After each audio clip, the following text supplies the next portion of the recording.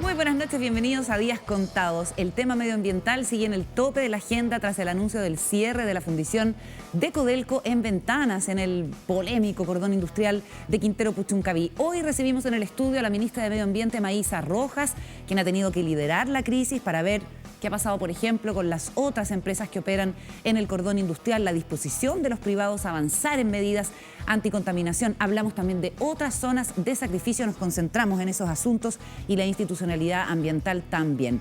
Y vamos a seguir profundizando luego con Matías Azun, que es el director de Greenpeace y nos visita acá en el estudio de Días Contados.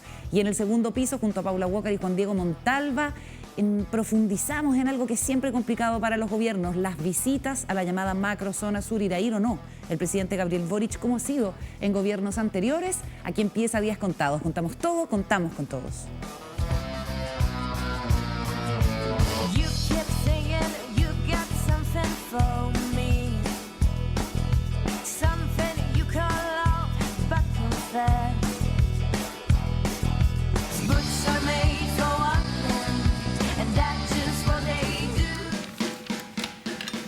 Ya sentadas, listas, dispuestos para ingresar en la conversación acá en Días Contados, como es habitual, junto a Paula Walker. ¿Cómo estás, Paula? Muy buenas noches. Bien, Carolita, buenas noches. Y Juan Diego Montalva. ¿Cómo estás, Juan Diego? Muy bien, Carolina. Abramos de inmediato el segundo piso, porque hay una decisión que tienen que tomar todos los gobiernos cuando ingresan al Palacio de la Moneda, que es cuándo y en qué contexto visitar lo que llamamos la macrozona sur.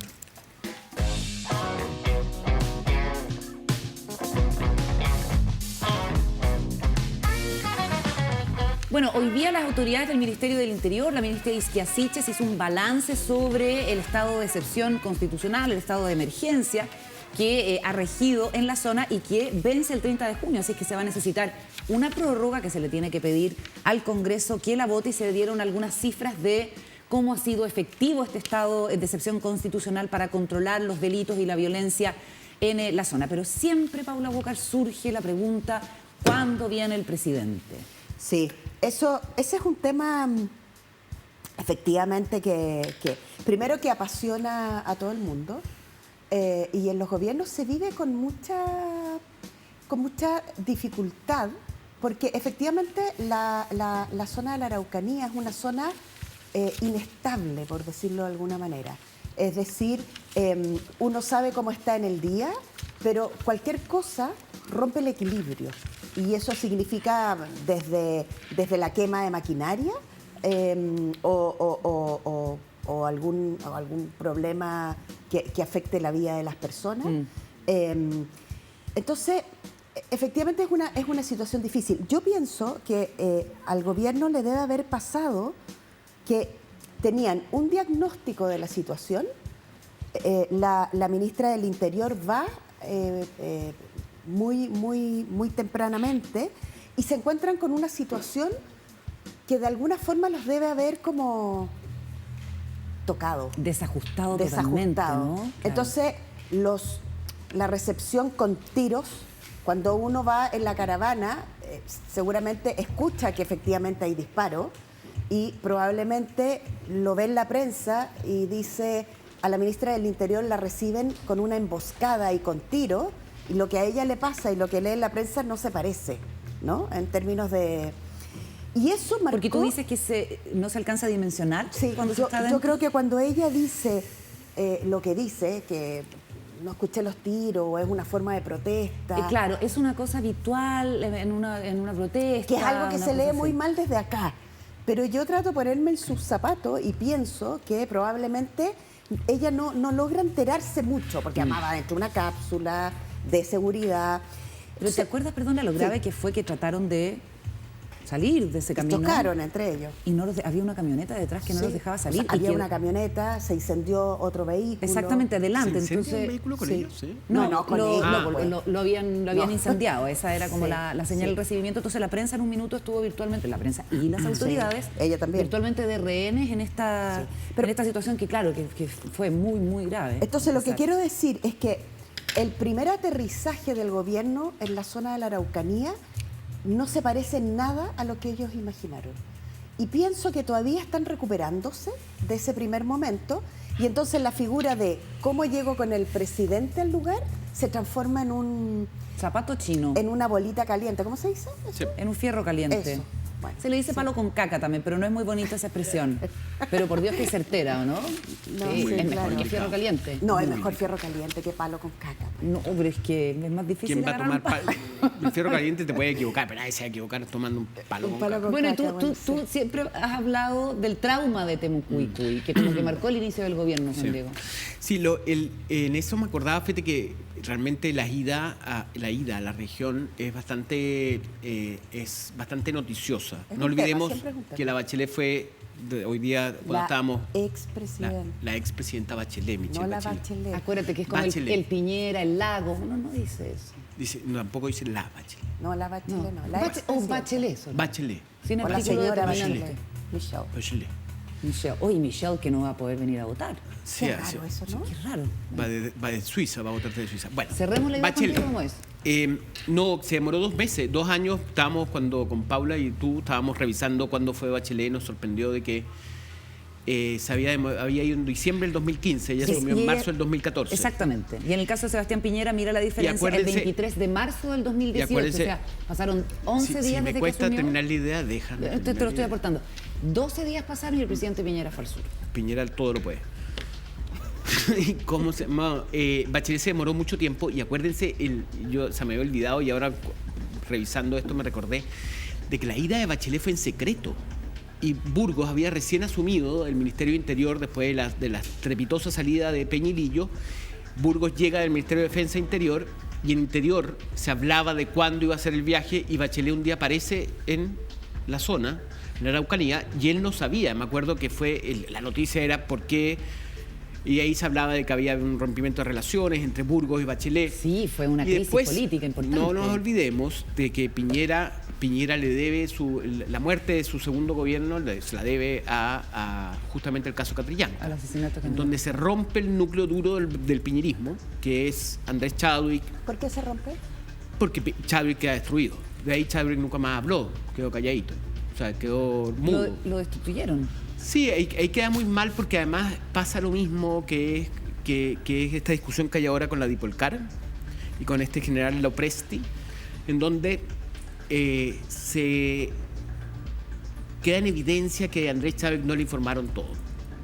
De Carabineros. Sí, ¿te porque era acuerdas? el tema Entonces, que conversábamos ayer, ¿te acuerdas? Claro. De las cámaras. de las que al cámaras, de final que si había el enfrentamiento, no había procedimiento. enfrentamiento, de que si estaban Le armados o no emitieron estaban mucho. armados. Entonces quedó muy en vergüenza y en ese momento no hay que olvidar que el primer intento ahí, Alfredo Moreno, ministro de Desarrollo Social, estaba paso a paso avanzando muy rápidamente en un plan en donde los mapuches, o sea, o los sectores o los pueblos originarios de la zona habían aceptado tenerlo como interlocutor. Él tenía relación con las empresas y a su vez con el gobierno, directamente con Piñera, entonces era un interlocutor válido. Y estaba bastante encaminado. Él tenía un plan bastante armadito de manera de avanzar en la conversación con ellos y se fue todo ahí a la basura. Al Déjame tacho. hacer un puntito ahí. Yo pienso que el factor de transformar esto de que cuando viene la presidenta, en el segundo gobierno de la presidenta Bachelet con sus visitas a la Araucanía, y cuando Moreno y el presidente Piñera llegan en el 2018, yo pienso que antagonizan con la idea de las zonas prohibidas, ¿no? Es decir, a diferencia de mi antecesora, yo voy a llegar, de hecho el presidente Piñera visita el 23 de marzo 23 de del marzo del 2018, 18. pero tiene un plan. En el caso de este gobierno, es probable que estén, después de la visita de la ministra del Interior, reevaluando el plan. Cuando tú tienes un plan, que es lo que hizo Piñera, a mi juicio muy acertadamente, con el entonces ministro Moreno, es sentarse a conversar, pero hay un elemento que es muy interesante, y es que usan el comité, la comisión que montó la presidenta Bachelet el 2016. Después de su visita, la presidenta Bachelet, junto con el obispo que muere hace poco, poquito, que era el ministro Vargas, ¿no? El obispo Vargas. El obispo Vargas, montan una comisión de verdad y de la Araucanía y transforman en un montón de deudas que tiene el Estado chileno con los pueblos, particularmente con ellos. Entonces, reconocimiento, legislación indígena, historia regional, cultura de los pueblos indígenas, educación intercultural y política forestal. Y entonces el gobierno del presidente Piñera, en algo que a mí me parece también, marco, claro, toma esa discusión y a partir de esa discusión montan los diálogos que yo creo que iban súper bien encaminados. De hecho, gente de la región, lo has comentado tú, dice que ese fue un gran momento de acercamiento que después se rompa, ¿no? Claro, o sea, se después, rompe. Logró sentar a personajes que eran antagónicos, logró sentar a algunos loncos que nunca habían participado en ninguna instancia de diálogo y en ese sentido es muy lamentable lo que pasó a partir del caso Catrillanca. Pero este es un gobierno que parte con este pie en falso. Acaba de materializarse la primera entrega de tierras dentro del gobierno del presidente Boric en más de 170 hectáreas a una comunidad. Y está la expectativa de cuándo va a ir, ¿no es cierto? Él había ido anteriormente, fue en campaña, tenía una relación más o menos fluida con algunas de las comunidades, entonces está como que cae de cajón la pregunta de cuándo va a ir y en qué circunstancias, en qué condiciones, de qué debieran preocuparse, porque por ejemplo pasó la vez anterior que el delegado presidencial muy cercano a Miguel Crispi, que es el director el subsecretario de Desarrollo Regional, tuvieron llegada con el padre de Camilo Catrillanca y pensaron que con eso estaba todo armadito para llegar a la comunidad de Temucuicui y la verdad es que los dirigentes no estaban alineados con el padre de Camilo Catrillanca como para esta actividad. Entonces hay que considerar una serie de cuestiones que son complicadas y que yo me imagino que debieran trabajarse porque no sé si el presidente tiene margen como para no ir definitivamente a la zona. Imagínate si el presidente va y le toca un tiroteo de nuevo, sería ya... No, pero es que no puede ir a un lugar donde se pueda producir un tiroteo. Entonces, por eso tienen que tener mucha seguridad. Lo que se dice y que se ha dicho insistentemente es que evidentemente fue de una ingenuidad pensar que llegar a Temucuicui iba a ser cosa fácil, porque hablaste con el papá o tuviste un contacto buena onda. A mí me dicen que también el jefe de gabinete de Boric fue muy importante. El jefe de gabinete de Boric trabajó en la zona, es abogado, tiene una especialización o en un máster en el tema indígena, pueblos originarios, y había sido una de las personas que habría dado el visto bueno a este viaje. Es que dicen que hay mucho expertise como académico en el entorno del presidente Boric y poco territorio. Quizás el subsecretario del Interior, Manuel Monsalve, ha ido haciendo un trabajo que permite que quizás las condiciones sean un poco distintas, pero cuando llegue el presidente, si es que va o si vuelve la ministra del Interior, va a llegar a una zona con un estado de excepción que puede ser o no acotado, digamos, pero eso también puede ser visto como una provocación o con malestar desde las comunidades. O sea, lo primero que yo creo que hay que hacer es que hay que romper o sea, hay que matar el chuncho. El shock postraumático de Temucuicui. O sea, hay que ir. Y ¿Sí? Sí. ¿No se sostiene que no vaya? No, yo creo que no. Yo creo que, ¿sabes por qué? Porque lo más importante, pienso yo, que tiene el presidente es que es un hombre que va como de frente a las cosas. Y lo ha demostrado con la decisión que apoyó del cierre de ventana, que probablemente es un tema que vamos a conversar más profundamente. Pero lo primero yo creo que tiene que ir, tiene que ser una visita súper pública, es decir, como muy conocida, por ningún motivo, tentarse con la idea de aparecer en algún minuto. Salir a saludar de manera... No, tiene que ser una visita muy de trabajo, muy pública, en espacios, no diría protegidos, pero sí espacios que den ciertas garantías. O sea, espacios urbanos, porque si sales a la ruralidad, en la Araucanía hoy día corres un riesgo. Sí, y poder armarla con las autoridades y de manera bien transversal. Yo creo que no hay momento de no ser transversal en esta visita. Me han dicho que la nueva administración que hay en la zona se ha bypaseado bastante a los antiguos, a las otras autoridades que hubo y que tienen más experiencia y que son bien ingenuas en términos de relaciones y de quién es quién en la zona. ¿Tú dices la delegación presidencial? No, principalmente es el nuevo intendente. ¿Cómo se llama el intendente ahora? Se llama el delegado presidencial. Ese es el que pone el gobierno y el otro es el que... El gobernador regional que gana. Rivas, Claro, que gana claro, que gana de votos. Así es, en la elección popular. Y entre ellos yo me imagino que han podido empezar a construir una cuestión común, porque al principio del gobierno Luciano Rivas todavía decía no he hablado con nadie, no me han llamado.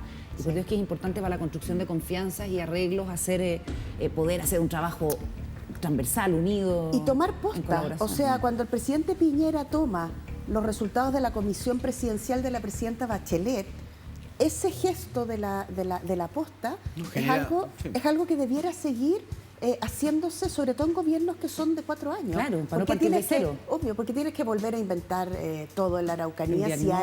Si hay avance, está sobrediagnosticada la Araucanía. Ahora, el efecto de la Araucanía puede ser letal. Piñera lo sabe. Y lo sabe Boric. O sea, Piñera sufrió las consecuencias del efecto Araucanía con la muerte de Catrillanca y que se desmoronó el gobierno. Y después viene el 18 de octubre y ya empezamos con un asunto que destruye el gobierno. Lo que pasa es que la alternativa hay que tener mucho cuidado. Sí, no es alternativa. a lo que voy, que tienes que hacerlo con mucho cuidado, tienes que tener un muy buen plan. Yo creo que este gobierno no tiene plan, hasta ahora no ha mostrado ningún plan sobre la Araucanía. Nos vamos a ir a la pausa, vamos a seguir en la conversación. Viene la ministra de Medio Ambiente, Maísa Rojas, a Días Contados. Antes, Wong tiene algo que contarte. De regreso en Días Contados, saludamos a la ministra de Medio Ambiente, Maísa Rojas, que nos acompaña en el estudio. ¿Cómo estás, ministra? Buenas noches. Muy bien, muchas gracias por la invitación.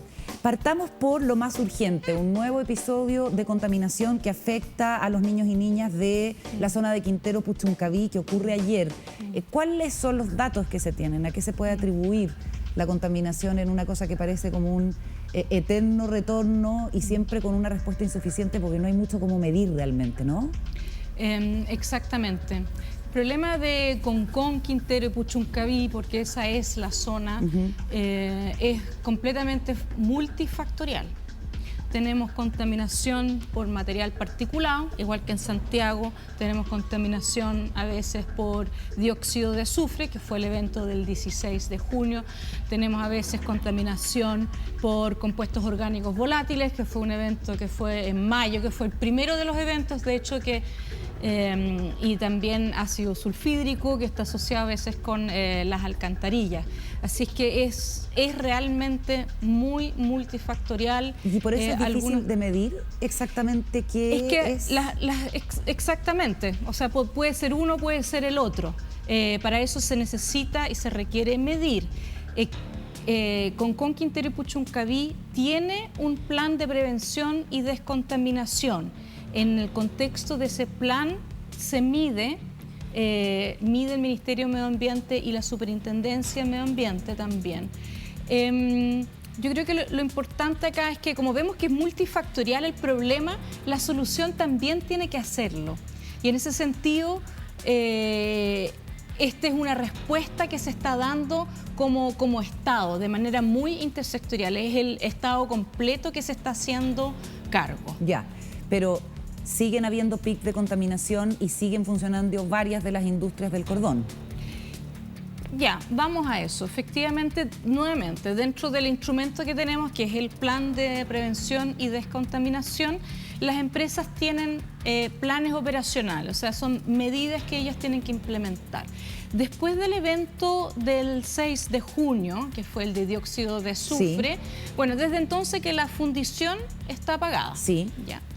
Y nosotros como la Seremía de Medio Ambiente de la Quinta Región le pidió a las empresas que actualizaran las medidas, que incorporaran nuevas medidas para actualizar los planes operacionales. Tenían plazo hasta el lunes pasado. Yo ayer conversé con el Seremi y 17 de las 20 efectivamente nos enviaron sus propuestas. Hay una que pidió un poco más de plazo, hay dos que dice que no corresponde. Así que ahora estamos en el proceso de evaluarlo. La delegada presidencial que ha convocado a 2 reuniones, tenía una para el día de ayer, pero dado que recién nos llegaba la información, ella la suspendió para la próxima semana. Perfecto, para tener todos los antecedentes. Sí. Así Maísa, que hay... Sí. A ver, veamos, en la pantalla tenemos un mapa de la zona industrial, que es un mapa de Terram, para ver qué digamos, para identificar claramente quiénes son los actores en la zona. Y en ese sentido, cuando los trabajadores y trabajadoras de Codelco Ventanas dicen la planta dejó de fundir el 6 de junio y sigue habiendo pic de contaminación, no somos los únicos responsables, tienen un punto, ¿no? En este mapa se ve claramente dónde están los colegios, los centros de salud y todas las plantas que generan en mayor o menor medida distintos contaminantes. Está Oxiquim, están las termoeléctricas, está, bueno, hay una planta de Copec también, está la planta de GNL, de gas natural licuado, que se recibe por la bahía de Quintero. ¿Qué disposición han tenido estas empresas a partir del cierre de ventanas? ¿Han tenido conversaciones con ustedes? ¿Han mostrado buena disposición para quizás disminuir sus contaminantes, tener estándares más exigentes, alinearse? ¿O si la autoridad no se los pide, no hay una disposición del privado, una proactividad? A ver, la primera reunión que convocó la delegada presidencial era para pedirles acciones inmediatas, más allá de la norma, de las cosas que nosotros como institucionalidad ambiental le podemos exigir con los instrumentos que tenemos a disposición, ¿ya? Eso fue lo primero, que se les pidió medidas extraordinarias más allá de las obligaciones legales que existen. Después vino lo que nosotros hicimos es que de pedirle la actualización de los planes operacionales. De las 20 empresas llegaron 17, claro. Así que uno diría que sí, la gran mayoría de las empresas está respondiendo con la celeridad que le estamos pidiendo. Adicionalmente, a ver, quizás vamos un poquito más atrás. Nosotros estoy hablando, yo y el subsecretario fuimos a Quintero a fines de mayo, cuando había ocurrido el primer evento. Y íbamos conversando diciendo de que, bueno, nosotros tenemos identificados que hay que mejorar ciertas normas, así que vamos a priorizar el trabajo de ciertas normas, hay que actualizar el plan de descontaminación, pero todos esos son procesos que no van a ocurrir de la noche a la mañana, ¿verdad? Que se va a demorar un año o incluso puede ser más tiempo, porque tienen un proceso asociado. Y Max me dice, estoy preocupado, ¿qué hacemos este invierno? Porque los problemas son sobre todo en invierno, porque como veíamos, esta es una bahía, sí, como que geográficamente en invierno hay malas condiciones de ventilación. Perdóname, perdí, ¿quién es Max? El subsecretario, perfecto. Maximiliano Proaño, perdón. Es que era... Ahí está la bahía. Entonces, es esa bahía entera que tiene malas condiciones de ventilación durante el invierno. En particular, yo varias veces ya he dicho, es como que le pusiera un tapón. Entonces, todo lo que yo emita se va a quedar ahí. Y entonces, en esa conversación, lo que decidimos, yo dije, bueno, no nos queda otra que aplicar un principio preventivo e incluso precautorio al máximo. Correcto. Para disminuir el riesgo, porque esto estamos hablando aquí de riesgo. ¿Puedo garantizar que no vuelvan a ocurrir? No lo puedo, pero si las condiciones son malas, pidamos medidas preventivas. Y en ese sentido está la dictación de la alerta sanitaria, que le permite al Ministerio de Salud ordenar paralización parcial o total de algunas de las empresas bajo estas condiciones. Hay malas condiciones de ventilación, disminuyamos la actividad. Ya, todo eso, ministra, perdone que la interrumpa, pero uno lo entiende desde el punto de vista de las normas que existen, pero resulta como tan contradictorio con lo que en la práctica está pasando, que es que los niños y las niñas vomitan, se sienten mal, les duele la cabeza, y es una cuestión recurrente. Entonces, qué difícil es hacer calzar las decisiones de política pública. Claro. Con una yo solución tengo que tiene ciertos que ser... instrumentos, claro, y tengo una problemática. Claro. Y estamos constatando de que los instrumentos claramente no son suficientes. ¿Qué pasa con ENAP, ministra? Codelco es una empresa pública, ENAP también es una empresa pública y se la responsabiliza también por contaminación los famosos COFs, los compuestos orgánicos volátiles, y el material particulado han venido subiendo desde el 2018, según dicen los expertos, principalmente por responsabilidad de ENAP. ¿Qué se hace con eso? Ellos, al igual que todas las empresas de estas 20 empresas tienen estos planes operacionales donde esas son medidas concretas que dependen de la empresa, de qué es lo que deben realizar en este contexto de los instrumentos que tengo. ¿No se puede actuar de manera similar que con Codelco o el escenario es muy distinto para ENAP en términos de la señal pública? Recordemos que Codelco tomó una decisión en el directorio. ¿Ya? Fue una decisión que ellos tomaron ante está esta realidad, tengo que, en el contexto del plan de descontaminación que es gradual, que les va exigiendo a las empresas en el año 1, 2 y 3 ciertas cosas, ellos tomaron la decisión de que por mucho que invirtieran, no...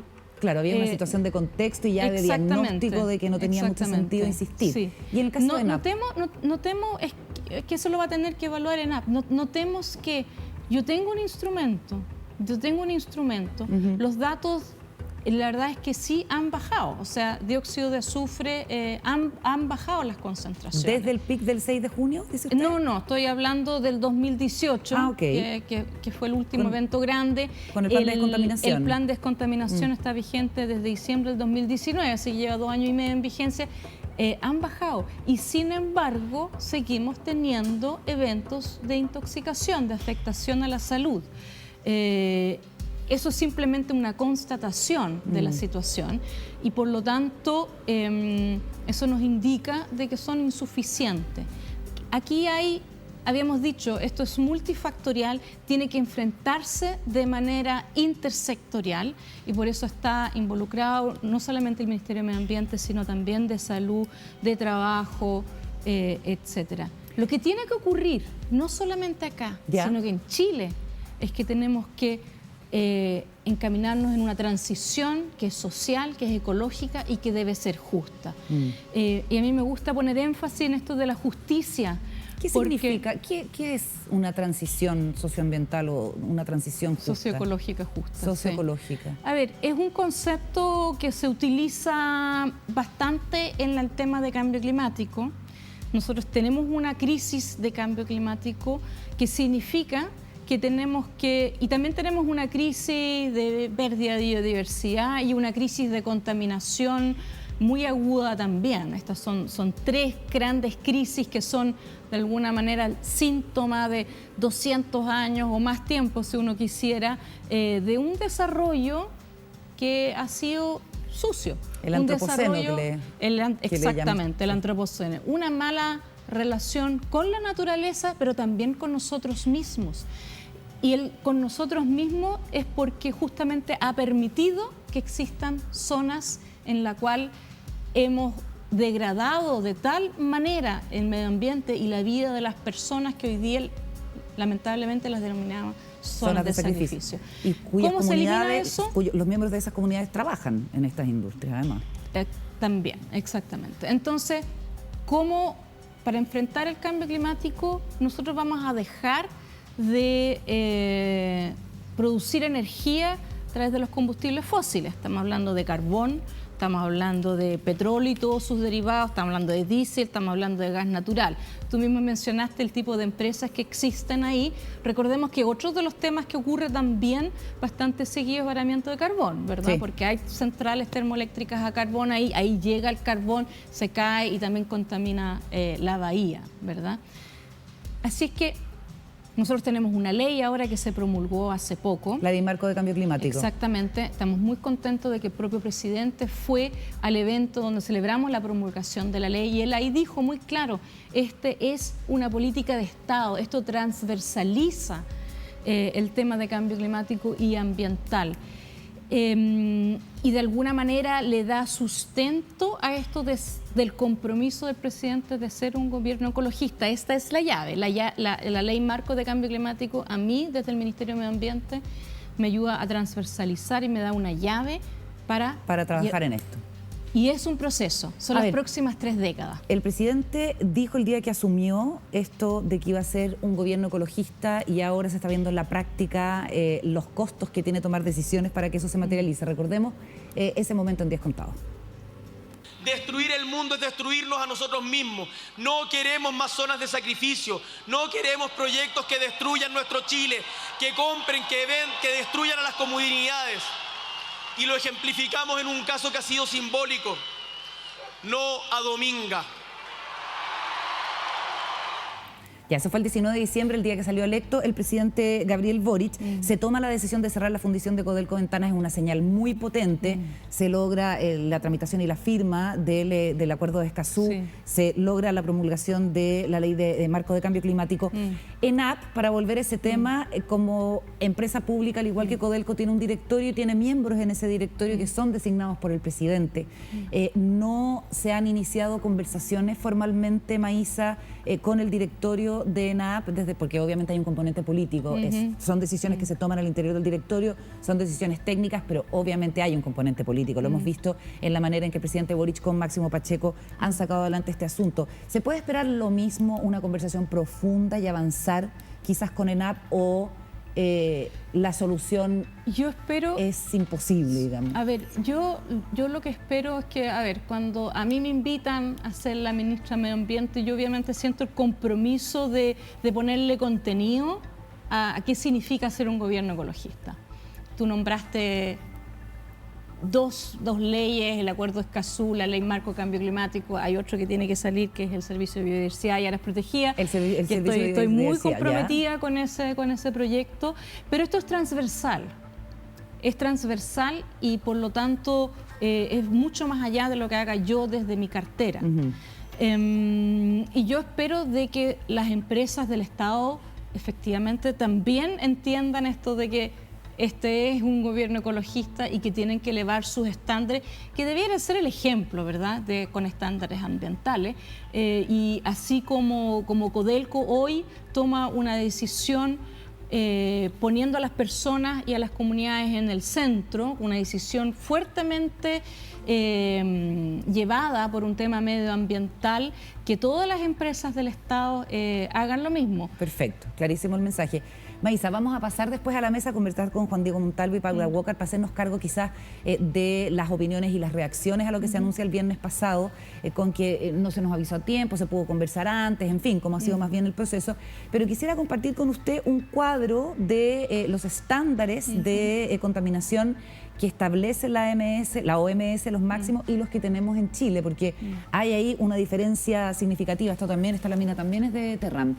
Por ejemplo, el material particulado 10, el MP10, concentración anual en Chile permitida 50, y según la recomendación de la OMS es 20, para el 2.5, 20 la norma chilena, 10 la recomendación. Para el dióxido de azufre, 80 la norma chilena, y anual, y no posee. La diaria es importante, 2.50 y la OMS dice 20. Imagínate la diferencia. Claro. Bueno, y eso uno pensaría que con el cierre de la fundición va a bajar. El evento llegó a un pico horario de 1.300. Imagínate. ¿De qué depende que se alineen la norma chilena con la recomendación de la OMS? ¿De quién depende?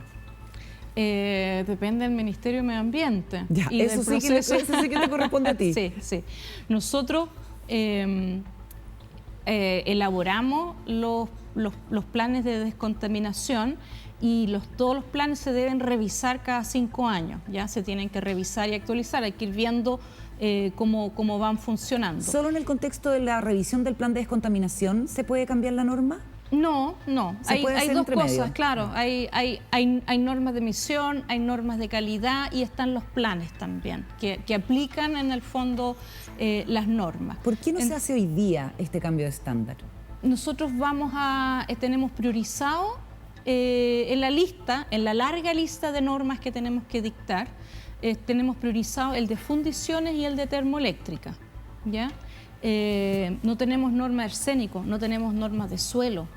Es realmente muy larga la lista de cosas que se tienen que regular. Y el plan de descontaminación lleva 2 años y medio, pero dada la situación, que ya tenemos claro de que tenemos un plan, que efectivamente hay cosas que han mejorado, han disminuido las concentraciones globales, pero no nos está permitiendo evitar estos eventos extremos de contaminación. Y por lo tanto nosotros también vamos a adelantar la actualización, la revisión del plan. ¿Cuándo? Del plan de descontaminación. Sí. Y allí se puede introducir la nueva norma con el estándar OMS. Exactamente. ¿De qué plazo estamos hablando? Se demora 2 años. Se demora 2 porque años. tiene un proceso participativo, se hace un consejo ampliado. ¿Y por qué le da tiempo a las empresas para adaptarse también, me imagino? Bueno, eso es otra cosa. Además de eso, en general, los planes tienen con gradualidad, viene con gradualidad. Si se les da 1, 2, 3, 4 años a las empresas a ir bajando, tienen, no sé, tienen metas para el primer año, para el segundo año. Y ¿Tú estás así. de acuerdo con la gradualidad que existe hoy para las empresas? Yo creo que tiene que haber, obviamente, que gradualidad. Esto no se puede hacer de la noche a la mañana. Todo viene con gradualidad. Por eso es que hablamos de que esto es un proceso. La ley Marco Cambio Climático también es una ley que piensa al 2050, a más tardar, eso sí. Es gradual, pero tiene que ir siendo cada vez más ambicioso. Okay. Cada 5 años se vuelve a revisar y ahí tenemos que tener un mecanismo de ir apretando cada vez más. Cada vez más. Maísa, te invito a que pasemos al mesón mientras vemos imágenes de uno de, podríamos decir, lo que es considerado un triunfo de la cartera de Medio Ambiente y de la Cancillería cuando se logra la votación del Acuerdo de Escazú. Tenemos esas imágenes de lo que se vivió, el momento de la firma del proyecto. Pasemos por acá. Hacía calor ahí. Así, imagínate, todavía está... Fue uno de los primeros proyectos. Primera semana. La primera semana de gobierno, el presidente firma el proyecto que luego se va al Parlamento para la tramitación. Fue muy difícil la tramitación del Acuerdo de Escazú porque uno pensaría, claro, que puede haber ciertas resistencias, pero ya había sido un tema tan hablado, qué sé yo, en el contexto de la COP25 que se quiso hacer acá y no se pudo hacer. Uno pensaría que no tuvo su dificultad muy profunda, ¿o sí? Yo diría que no fue tan complejo. Se demoró menos de, no sé, de 3 meses, ¿sí? Unos 2 meses y medio. Hubo una votación bastante amplia, si no mal recuerdo, 105 votos en la Cámara de Diputados y no me acuerdo cuánto fue en el Senado. Pero fue amplio, Bastante no mayoritario. fue solamente, claro, hubo bastantes parlamentarios de derecha que también votaron a favor, así del que tratado. eso... Yo siempre insisto, esto es una muy buena noticia. Todos los procesos que vamos a llevar adelante son de largo aliento. Entonces es muy relevante, muy importante que generen alto nivel de consenso, que tengan un alto nivel de legitimidad, porque no pueden depender de este gobierno o de esta ministra. Entiendo. ¿Ah? Paula Walker. Hola, ministra, ¿cómo está? Buenas noches. Buenas. Sí, perdón, ni siquiera saludé, disculpe. Está bien. Veníamos de... No pasa nada. Sí. Ministra, ustedes se han definido como un gobierno ecológico, que es una definición necesaria, actual, que ayuda a sustentar en un punto lo que va a ser lo que viene, porque eso pone un estándar también para los gobiernos que vengan después de ustedes. Desde el punto de vista de la normativa, la legislación, las leyes, los planes, ¿están ya alineadas con ser un gobierno ecologista o ahí hay cosas que se pueden hacer? Hay muchas cosas que se pueden hacer. O sea, de verdad que la ley Marco de Cambio Climático es una llave muy importante, porque la ley dice que Chile va a ser carbono neutral al 2050 y resiliente al clima. Fija un norte, fija una ruta, pero yo siempre digo, es una ruta que es como así, ¿ya? Porque va a tener sus recovecos, tiene sus piedras, etcétera. Pero muy claramente también dice lo que no vamos a hacer, ¿ya? Entonces, de esa manera... ¿Qué no van a hacer? Bueno, dice de que vamos a cerrar las centrales, vamos a dejar de producir energía con combustibles fósiles en los próximos 30 años. Es un proceso en los próximos 30 años. Carbono neutralidad al 2050, descarbonización al 2040, ¿o es lo mismo? No, es que, la descarbonización, estamos hablando solamente del carbón, pero nosotros también usamos petróleo, gas, claro, el diésel, todos los derivados de los combustibles fósiles. Así que carbono es lo más importante, lo más urgente, porque fíjate que también está asociado a altos niveles de contaminación local. Entonces, la agenda va a traer muchos cobeneficios, no solamente aborda el problema de cambio climático, sino que va a descontaminar localmente también. hablemos algo mucho más pedestre. El bus a diésel va a cambiar por un bus eléctrico. Eso también va a descontaminar las ciudades, nuestras ciudades, contaminar acústicamente también, porque los buses y los autos eléctricos no hacen ruido, ¿verdad? Ya, esas son algunas de las cosas que no se van a hacer, no se va a permitir, digamos, avanzar en convenios o facilitación para industrias que utilicen combustibles fósiles. Al año 2035 se dejan de vender autos a combustión interna en Chile. Yo me acuerdo que el 2019 me pidieron de escribir una columna pensando en el futuro. Y la mía, esto fue el 2019, la mía se llamaba Noviembre 2039, a 20 años de la COP, cierra la última bomba de benzina en Santiago. Se adelanta, 4 años, claro. 2035 va a tener que ser eso. Bueno, lo que pasa es que nos dejan de vender, pero los autos viejos sí van a seguir funcionando. Así que en mi sueño, en mi futuro, yo me imaginaba el futuro que el 2035, claro, todas esas bombas de benzina van a ser bombas para cargadores eléctricos, o quizás ya no van a ser. Usted es ministra de Medio Ambiente, que sin lugar a dudas yo quiero insistir en lo de la Paula que señalaba, que este es un gobierno ecologista. Podríamos decir que el Ministerio de la Mujer y el Ministerio de Medio Ambiente hoy día están, dado que el gobierno tiene un título de ecologista y feminista, sí. ¿Tienen la envergadura necesaria para afrontar este desafío? Muchas gracias por la pregunta. No. A ver si me escucha el ministro de Hacienda. Claro. Entender. ¿Existe la institucionalidad medioambiental necesaria para que este gobierno sea...? Muy buena pregunta. De hecho, nos falta una pieza de la institucionalidad ambiental, así tal como fue pensada por ahí por el 2010, 2011, porque la versión actual es bastante reciente, tiene un poquito más de 10 años, ¿verdad? Que con un ministerio, Servicio de Evaluación Ambiental, una superintendencia, y nos faltó el Servicio de Biodiversidad y Áreas Protegidas, que lleva 11 años en el Congreso. Así que, ¿tenemos la institucionalidad lista? No, nos falta esa pieza fundamental. Y además, yo diría, en estos 3 meses que llevo conociendo mejor la institucionalidad ambiental de adentro, yo diría que, claro, que hay que fortalecerla. Hay que fortalecerla en sus capacidades, en su capacidad de incidencia. En ese sentido, nuevamente, la ley marco es una ley que involucra a 17 ministerios. Es un avance realmente bien significativo. ¿Es una buena ley? Es una buena ley. Ahora, lo digo un poquito de cerca porque yo participé bastante en la discusión en el Congreso, sobre todo. Paula. Ministra, ¿cómo conversa este gobierno ecológico con las inversiones del sector privado? Me parece que porque estamos en un momento donde evidentemente se necesitan inversiones, y el mundo tiene harta práctica en la lógica de poder conversar las inversiones con la protección del medio ambiente y que eso, por cierto, se habla del capital natural y un montón de... Entonces, ¿cómo están pensando ustedes eso?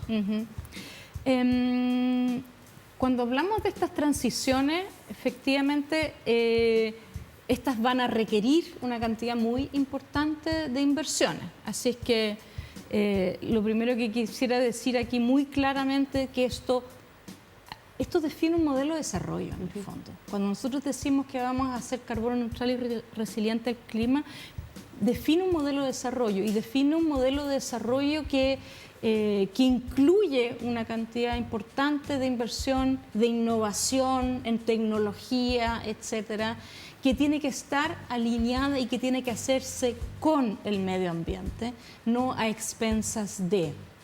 Y por lo tanto, en ese proceso, estas zonas de sacrificio, estos lugares en los cuales por décadas hemos concentrado un desarrollo que ha sido sucio, van a ir desapareciendo y ahora, se van a tener que ir transformando. Hay una serie de proyectos que pasan por proyectos inmobiliarios, proyectos mineros, proyectos energéticos, que están ahí paralizados en distintas instancias ambientales.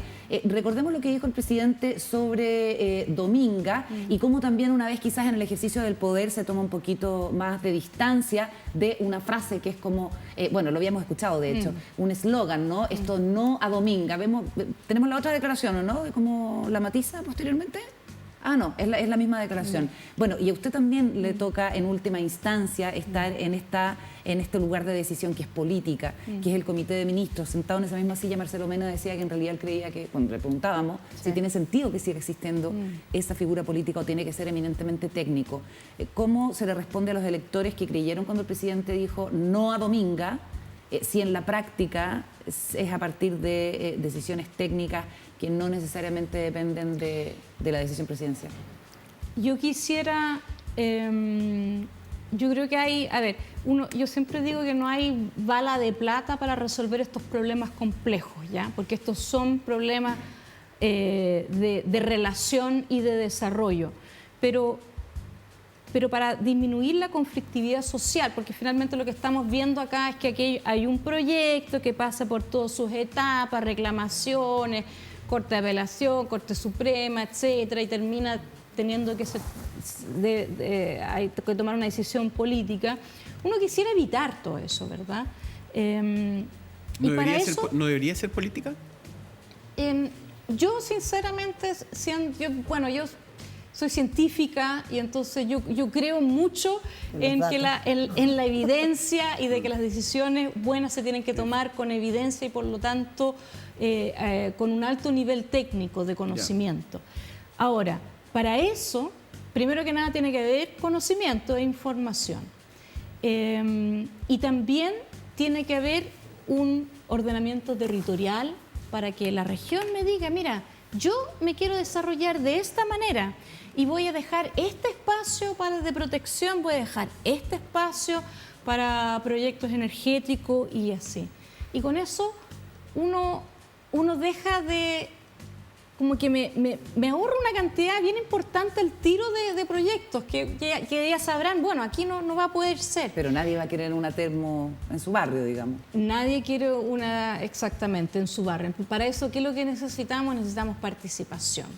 Tenemos que discutir de una manera que sea significativa con las comunidades y con los titulares de los proyectos, pero primero habiendo hecho una definición de qué quiero y qué no quiero, para que cuando se tengan que hacer se puedan tomar las mejores decisiones. Así que, y recordemos, esto es Escazú, ¿eh? Acceso a la información, buena información, que uno pueda entenderla, que sea transparente, que sea completa, porque puedo tomar mejores decisiones con eso. Buena participación, puede ser incluso participación anticipada, con buenos proyectos, significativa, en que las comunidades entiendan que efectivamente están incidiendo de alguna manera en los proyectos. Y acceso a la justicia. Acceso a la justicia para que la justicia ambiental... eso lo haré en el Comité de Ministros, ¿verdad? Okay. Yo podría apostar. Ministra, turismo. Chile es un país súper como turístico y nos vienen a visitar muchísimas personas y se movió mucho en las imágenes de la ropa botada en el desierto, ¿no? Grandes como dunas de ropa que se desechan y se botan en el desierto de Atacama. ¿Eso es algo que también compete a su cartera? ¿Están pensando...? Eso es bien simbólico y fue muy noticioso, pero junto con eso hay distintas cosas que pueden terminar alejando una fuente de ingreso súper relevante como es el turismo en el país. ¿Hay algo que ustedes estén trabajando en ese sentido? Sí. Bueno, es que cuando hablamos de las crisis, hablamos de tres grandes crisis, la de cambio climático, biodiversidad y la de contaminación. Y la de contaminación y la de los desechos, ¿verdad? Porque mucha de la contaminación son desechos, el plástico que termina en el océano, etcétera. También es producto de ¿qué? es producto de una economía lineal, en la cual yo saco el producto, un recurso, lo utilizo y lo boto. Muy del siglo XIX, del siglo XX, y nos damos cuenta que, bueno, este planeta no es infinito y cuando yo boto algo, eso no va a desaparecer, sino que va a permanecer ahí, y eso entonces tenemos que ir transitando a una economía circular, en la cual desde el diseño yo no incluyo el desecho, no existe el desecho desde el diseño, como ocurre en la naturaleza. Todo como principio básico de la física. La materia no se crea ni se destruye, sino que solamente se transforma. Exactamente. Entonces, cuando hablamos de este nuevo modelo de desarrollo, se incluye fuertemente la economía circular. Yo le quería preguntar, ministra, de esta acción que toma la Defensoría de la Niñez, que recurre a la Comisión Interamericana de Derechos Humanos por el caso de Quintero Puchuncaví para pedir medidas cautelares en favor de niños, niñas y adolescentes por los episodios de contaminación. Primera vez que traspasa las fronteras y se busca un organismo de justicia internacional para tratar de solucionarlo. No es para un gobierno alineado con los niños, las niñas y los adolescentes y un gobierno ecológico, como lo hemos hablado tanto, un fracaso, una presentación de este tipo, que desde el Ejecutivo no se le pueda dar solución y se tenga que recurrir a instancias internacionales. No, yo no lo veo como un fracaso. Yo sinceramente lo veo que nos están exigiendo más, ¿ya? Y ese es mi rol y ese es mi compromiso.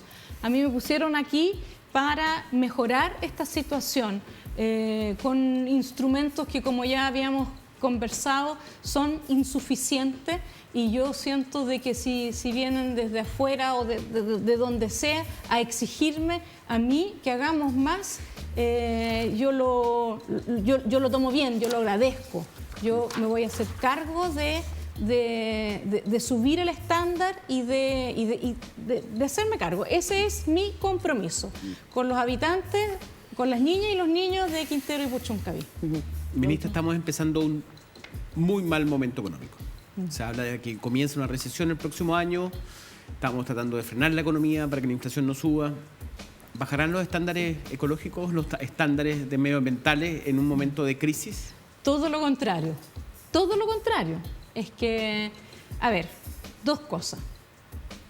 Si ustedes piensan de lo que nos está pasando en estos años es complejo, ya estamos hablando de una pandemia, una guerra, porque la crisis económica también es resultado de estos dos grandes eventos. Totalmente. Que no tienen, ¿verdad? El cambio climático solamente va a empeorar esta situación.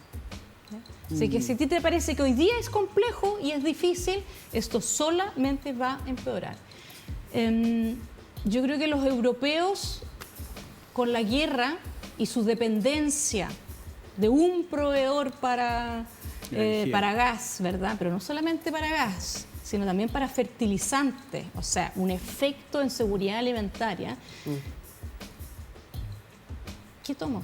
¿Cuál es la solución? Yo tengo que crear resiliencia, que es la otra parte. Hablamos poco de la resiliencia. La resiliencia es una capacidad que tienen las organizaciones, los organismos, los ecosistemas, los grupos humanos para hacerle frente a shocks, como los eventos extremos que se vienen intensificados con el cambio climático, con una pandemia que también es una consecuencia de la crisis de biodiversidad, una guerra que me da inseguridad alimentaria y energética. Hay que crear una sociedad resiliente. Eso significa diversificarse, ser más autónomo en el fondo. Y miren, el tema de los fertilizantes, estamos realmente en problemas, muchos países con muchos problemas porque nos están vendiendo fertilizantes químicos. Economía circular, reutilizar los desechos orgánicos, producen fertilizantes como naturales. Fertilizante. Mira, interesantísimo. Desgraciadamente se nos acabó el tiempo, pero hemos pasado por hartos temas con la ministra Maísa Rojas. Muchas gracias, Maísa, por venir a conversar con nosotros. Gracias a usted. Y vamos a seguir hablando de medio ambiente, ecología, crisis, zonas de sacrificio, porque viene Matías Azun de Greenpeace acá al estudio. Pausa y ya seguimos con más. Entramos a la última parte del programa. Saludamos a Matías Azun de Greenpeace. ¿El cargo específico, Matías, cuál es? ¿Director? Son varios, pero hoy día estoy de director nacional. Tengo varios cargos. Sí. Está ahí ¿cómo se llama? Asesor de Irina. No. ¿Eres asesor de...? No le cambiaría el... No, se te ocurre, no podemos. Somos una organización política y económicamente independiente. Pues estoy director de campañas de Greenpeace para Chile, Argentina y Colombia. Perfecto. Pero empezaste como Chile, nada más. Hemos ido expandiéndonos. Ha ido haciendo carrera. Mira lo corporativo que está con la polera. Estoy muy Nosotros te muy entrevistamos, corporativo. Matías, el 7 de junio en un Zoom acá en Días Contados al día siguiente del pic de contaminación de dióxido de azufre y te preguntamos qué hay que hacer. Y tú quisiste cerrar la fundición de Codelco Ventana. Esto se materializó el viernes. ¿Cómo has visto la decisión del gobierno, de Codelco, en realidad el directorio de Codelco y también la decisión política del gobierno a una decisión que tiene costos y que ya los hemos empezado a ver? No, yo quiero arreglar una cosa. Hay que reconocer también otra cosa. Él dijo dos cosas. Uno, que había que cerrar Ventana. Y segundo, que el que tenía que hacer esto era Máximo Pacheco, porque tenía el peso político y económico en términos de presidente del directorio para hacerlo. Dicho y hecho. Y Matías Azul habla y se cumple sus palabras. Fue premonitorio. Premonitorio. Yo pensé que iba a ocurrir, pero pensé que iba a ocurrir en un tiempo un poquito más extendido. La verdad me parece que ha sido una buena decisión, ¿no? Yo creo que es inapelable, estamos todos de acuerdo en que es un asco la fundición de Ventana y que siguiera funcionando era impresentable. Me llama un poco la atención la forma en la que ha ocurrido. ¿Fue mal hecho? La forma, no, yo no diría que fue mal hecho, pero sí me llama la atención el margen de tiempo que se le ha dado a Sonami particularmente, que no es que sea pequeña minería, ¿no? Pero me ha dado la impresión de que ha habido un espacio extremadamente largo. ¿Los 5 años? ¿A eso te refieres? Sí, porque sabemos que la minería, cuando recibe malas noticias respecto de la mejora de estándares ambientales, digamos las cosas como son, en países como los nuestros, los modelos de desarrollo, lo explicaba recién la ministra de Medio Ambiente, requieren de ciertos sacrificios. Esos sacrificios se expresan en una disponibilidad de los recursos naturales, en un ablandamiento de las capacidades sindicales de la mano de obra, en un ligeramiento de los mecanismos de protección medioambiental, pero el mundo se está acabando, el mundo está limitado, cada vez llueve menos, cada vez hay más demandas, cada vez hay más necesidad de desarrollo y por lo tanto necesariamente se les está acabando el mundo a los abusadores, por así decirlo. Se nos está acabando a todos nosotros. Y eso supone entonces que tienen que haber mejoras medioambientales, que no cuestan 50 millones de dólares, pueden llegar a costar billones de dólares, como es el caso de la fundición de Ventana. Y eso supone entonces que el negocio se te acaba, ¿no? O sea, en algún minuto la propia Constitución está cambiando también el modelo de agua, ¿no? En donde te regalábamos el agua era tuya para siempre, bueno, ahora son concesiones, ¿no? Es razonable, es civilizado que así sea. Pero claro, hay gente que goza de privilegios, de situaciones de estándares privilegiados, en donde no se norma la norma de azufre, en donde no hay normas de ruido, en donde no hay normas de metales pesados, en donde los 100 toneladas de arsénico que se liberaban durante mediados de la década pasada por parte de la chimenea, pagamoya, y en un minuto esa mejora de estándares medioambientales va haciendo perder a estos grandes gremios privilegios, en términos muy concretos. Son situaciones beneficiosas que sirvieron para atraer la inversión, que ya no tienen sentido ni que son sustentables y que un país democrático y desarrollado tiene que poner sobre la mesa para que no hayan ciudadanos de segunda clase como los niños, las mujeres y los hombres de Quintero Puchuncaví. ¿Y por esos 5 años te parecen lejos? A mí me parece que Sonami está reclamando porque efectivamente el negocio que tenían se les frustra. Entonces, lógicamente lo que uno tiene que entender es que le están pegando en el bolsillo. Pero del otro lado el argumento es indiscutible, pues son los derechos de las personas, los derechos humanos de los niños, los respetos de que no hayan ciudadanos de segunda clase. Entonces, ¿y cómo, a la FIFA. Pues. ¿Y cómo te imaginas estos 5 años? ¿Cómo te imaginas este proceso? ¿Te imaginas que nunca más se enciende la chimenea? ¿Que se apaga a partir de ahora y luego...? Yo esperaría que así sea. O sea, que no vuelva a Yo esperaría que así sea y esperaría también, porque hemos visto también, esto hay que felicitarlo, ¿no? Hay que reconocer además que hay un ejercicio de cambio político y de dirección política por parte del gobierno que es bien evidente y que esta no fue únicamente una decisión de Codelco. Uno supondría que algo que además se diseñó para tener una pasada por el Congreso con ratificaciones de cambios de normativa legal, etcétera, por todos los amarres que hay en torno a esa zona de sacrificio.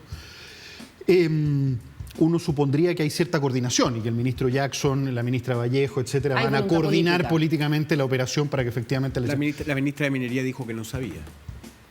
Sí, dijo que la decisión de Codelco se le comunicó muy No, encima. dijo otra cosa adicional. Dijo si entiendo está bien. ahí, sí, claro. Claro, pero además está completamente desinformado. Porque, si mal no recuerdo, también dijo que no se iban a cerrar otras industrias, lo que significa desconocer el plan de descontaminación Sí, y descarbonización. No, y además Los lo más propios impresionante compromisos. es que en esa semana me contaban que en la Cámara de Diputados estaba abogando para que aumentaran la inversión. En Ella Ventana. comprometió el pago Por de eso. los 52 millones de dólares Exacto, que estaban en la semana pidiendo. previa. Entonces, Un poco de desacopla, yo creo. Porque además, Sí. además que hay que entender que la administración de Codelco pasa también por la Cámara de Diputados, entonces porque requiere partidas presupuestarias. Entonces, no es que haya una empresa que opere en absoluta libertad, sino que opera también sobre la base de decisiones que tienen que estar ratificadas en las partidas presupuestarias del Congreso. Entonces, la administración de Codelco, y es parte de los problemas, se hace muy difícil porque la planificación a largo plazo se hace muy difícil.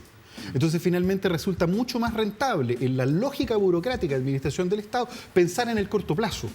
Hacer un Codelco andina subterránea, por ejemplo, que no destruya tantos glaciares, la división andina de Codelco, la misma que chorrea concentrado de cobre con todo el carrito hasta Ventanas, ¿no? La que tiene contaminada toda la cuenca, el río Colorado, la cuenca de la Concagua, en resumen, ¿no? Es muy difícil, porque es muy difícil planificar a largo plazo. Entonces, este ejercicio, uno supondría que la ministra de Minería estaba coordinada. Claro. ¿No? Claro. Bueno, No. pero uno supondría que va a haber una operación, pero recordemos también que con la misma vehemencia en la que tenemos, entonces una de las fuentes del 60% de las emisiones de dióxido de azufre, ¿ya? el presidente lo comunica, ¿no? Se espera la decisión, salen los trabajadores, pero es el presidente desde la moneda, flanqueado por las dos ministras y además el subsecretario de Salud Pública, que tiene además atributos para cerrar la fundición si quisiera.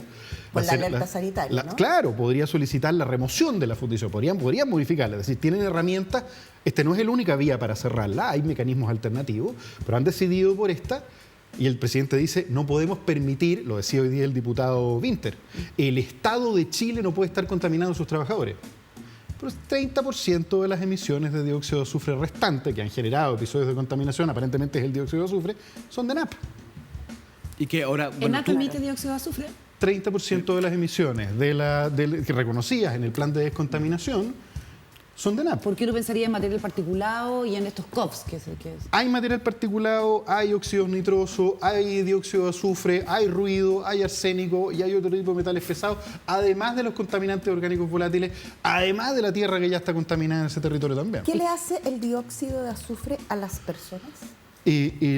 Fundamentalmente irrita.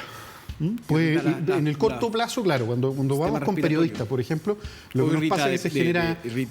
Sí, irrita las mucosas, los tejidos blandos de la cara y genera una sensación de malestar. Cuando uno está expuesto sistemáticamente, evidentemente eso puede producir cierta degradación de los órganos del estómago, incluso de la vista, porque el dióxido de azufre se oxida y eso genera en Renca. ¿Se acuerdan que en Renca las rejas de la termoeléctrica de Renca, las rejas aparecía en la televisión cómo estaba derruido el fierro? Eso es porque se oxida derretido. y se genera dióxido de azufre. Y poca gente sabe que la pluma de Quintero Puchuncaví llega también hasta Cachagua y Mantencillo. La pluma del viento. Tenemos metales pesados también en Cachagua, en Mantencillo, en donde viven los directores de las empresas. Lo que pasa es que reciben mucha menos contaminación. Pero también es importante que ellos también se entiendan como víctimas, porque les está cayendo ácido sulfúrico arriba de la casa. Lluvia ácida. Lluvia ¿Qué se puede ácida. hacer con ENAP? Yo le pregunté a la ministra. Cerrarla. Sí, hay que cerrarlo. A ver, ¿Y qué hay? ya cerramos Ventano. ¿Ahora? ENAP. ENAP. Pero ya, ¿Y quién lo cierra? Lo que pasa es que aquí hay un punto que El es directorio. Está la Siguiendo refinería. la estrategia. ¿Quién es el directorio. presidente pero está la del directorio? refinería hacia el interior, entonces... Bueno, es que, de nuevo... ¿Por dónde llevas el petróleo? El punto... A ver, ¿qué es lo que hay que hacer ahora en Quintero Puchuncaví? Lo que debería ocurrir es un diagnóstico sinérgico de todas las operaciones industriales. Hay operaciones que no Sector cuentan... privado ahora. Y público. Y público, ¿no? Todo el polo industrial. Poca gente sabe Ahí que ese está. polo industrial existe porque resulta muy barato al tener las características portuarias. Es muy barato. La lógica de maximizar la inversión es la que te permite que con un solo puerto haces una termoeléctrica y, Ahí bueno, tienes ¿y por qué no 1, hacemos la 2, otra al 3, lado 4, y la 5, otra al 6, lado? 7. Claro. Claro, pero las termoeléctricas Hay 11 son empresas. privadas. Las termoeléctricas son de AESGener, efectivamente, ya hay un plan de cierre, pero a 20 años más, lo que es una barbaridad. Y además, en 20 años más, si seguimos usando carbón, la verdad, lo más probable es que el mundo ni siquiera esté como lo conocemos. Pero está como reserva estratégica la de AES. Una de Andes. esas está, son las 4 de AESGener, las 4, AES Andes ahora. Pero hay una que está en condición de reserva estratégica que sometió recién el plan de salida. En resumen, lo que debiéramos hacer es una evaluación ambiental de todos los efectos sinérgicos que están en ese sector, que regularicen sus permisos ambientales pasando por una evaluación ambiental Que no sinérgica que muchas de las empresas no tienen, muchos de los polos industriales no tienen. Luego de eso, una evaluación del territorio. Ayer nos preguntaban qué se podría hacer en el terreno de la fundición. ¿Un parque? Y la respuesta es: hacer un parque en un lugar que puede estar saturado de arsénico es una muy mala idea, pero además en el epicentro, si lo recordamos, Ventanas está instalada al lado de las termoeléctricas y por el otro lado están las operaciones de GNL y de Oxiquim. Y no hay norma de suelo, además. Y no hay capacidad broncopulmonar de los sistemas sanitarios para hacerse cargo de las víctimas. O sea, si metemos gente a un parque hoy en día con esos dos verdaderos monstruos que están a los costados, podemos generar una crisis sanitaria incluso peor. Ponte que hagamos un recital en ese lugar y se intoxica a toda la gente. No, claro, va a quedar ahí como un pasivo ambiental, a no ser que se haga algo para remediar, pero para eso tiene que estar totalmente Por lo tanto, el punto cerrado número todo. 2 debiese ser hacerse cargo de la contaminación que existe en el territorio y sincerarla. Ya, es que eso es lo que te quiero preguntar, perdona, que quiero insistir con el tema de NAP, porque uno pensaría también que las empresas públicas, así como lo hizo Codelco, tienen que llevar la delantera en esto, y eso no quiere decir que uno esté en contra de las Pasemos el dato, empresas señor públicas. ¿Perdón? Pasemos el dato al señor presidente. El 30% de las emisiones viene de NAP. Por eso del yo le Estado. pregunté harto a la ministra, porque obviamente hay un directorio que toma las decisiones, al igual que en Codelco, y uno también esperaría que el sacrificio de las empresas públicas debiera tener un correlato también en las empresas privadas, Sí, ¿no? bueno, eso Y tener una sí, iniciativa. La refinería de petróleo de Concón. El petróleo llega, digamos, por vía marítima, entra por la bahía de Quintero y se va para allá. Sí. Tú dices cerrar, pero se Pero pueden ¿estamos elevar hablando de la de los... Concón o la que está ahí? Ahí mismo también hay refinería. Sí. Claro, porque la otra Miremos llega por mapa, Concón. podríamos mirar El, mapa. el punto es cerrarla o aumentar los estándares para que pueda seguir operando. Yo tengo la impresión de que, dadas las características industriales, las sanciones que se le han aplicado en AP, los procesos sancionatorios de los que ha sido víctima y la incapacidad del Estado de tomar decisiones, no hay otra alternativa que el cierre. Pero eso es como un castigo. Yo diría que más que un castigo es una decisión orientada a resguardar los derechos de las personas que han sido reconocidos por parte de la Corte Suprema Está bien, está como perfecto. los derechos humanos vulnerados todos los días. Pero se podría, por ejemplo, refinar en Concón y ya no seguir refinando ahí. La pregunta, esa pregunta se podría responder de una manera distinta. ¿Se podrían establecer operaciones industriales en zonas aisladas en donde efectivamente haya mayor daño ambiental? Esa es una decisión que tiene que tomarse de manera participativa y democrática por parte de las naciones, no somos nosotros. A mí me gustaría que eso no ocurriera nunca, pero lo cierto es que hay procesos medioambientales que tienen consecuencias y esas consecuencias finalmente los estados tienen que tomar esas decisiones. No. Entonces, cerrar el cordón completo.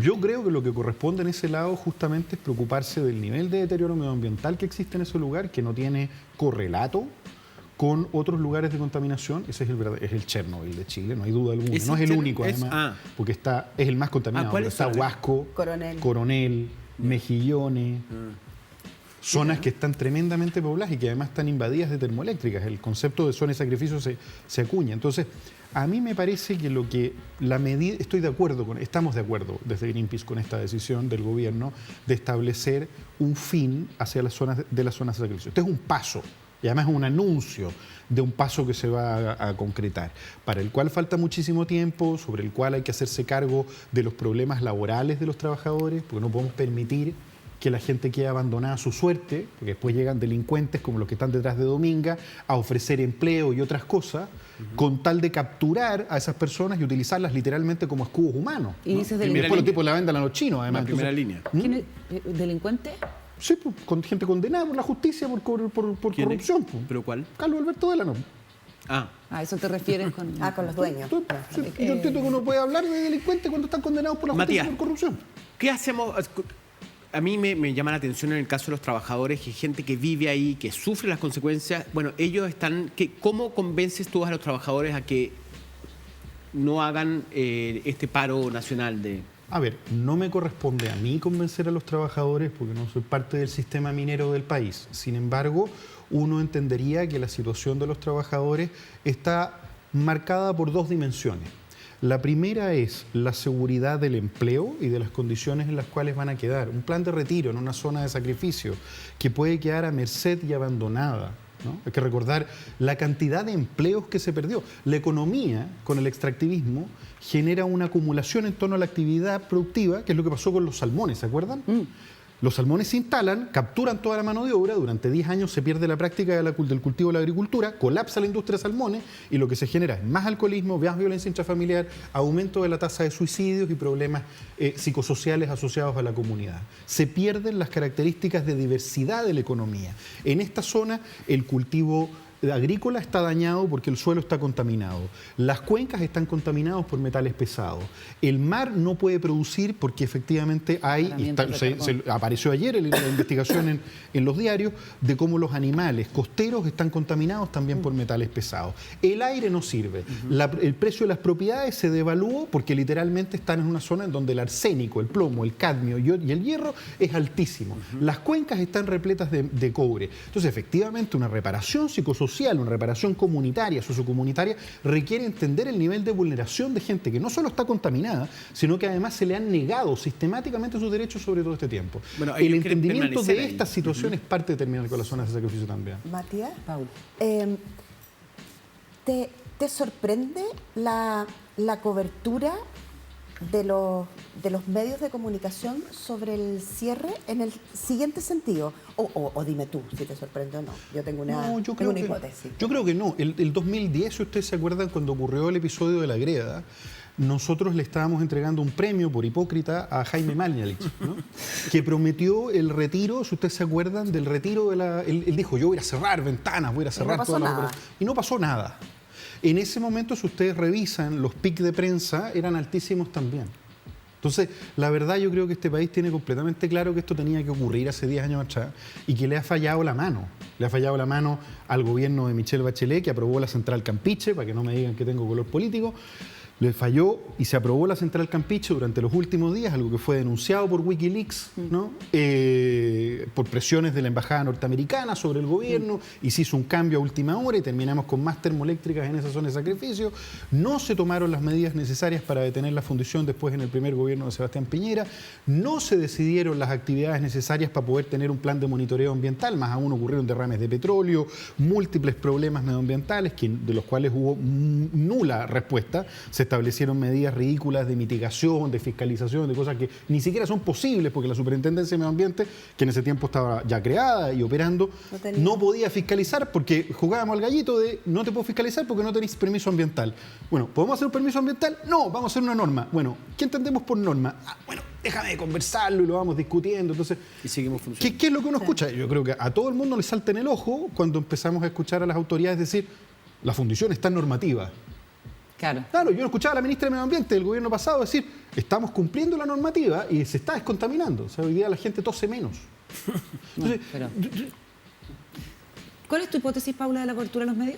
Yo veo en la cobertura de los medios hoy día una concentración muy fuerte en el tema de los trabajadores y me parece que se concentran ahí y todo el tema del apoyo social, que uno piensa que está puesto ahí con mucha fuerza, como que se diluye. Entonces la concentración está en el conflicto de los trabajadores, de la pérdida económica y el tema medioambiental, el bienestar de las personas, de los niños, como que... La buena noticia.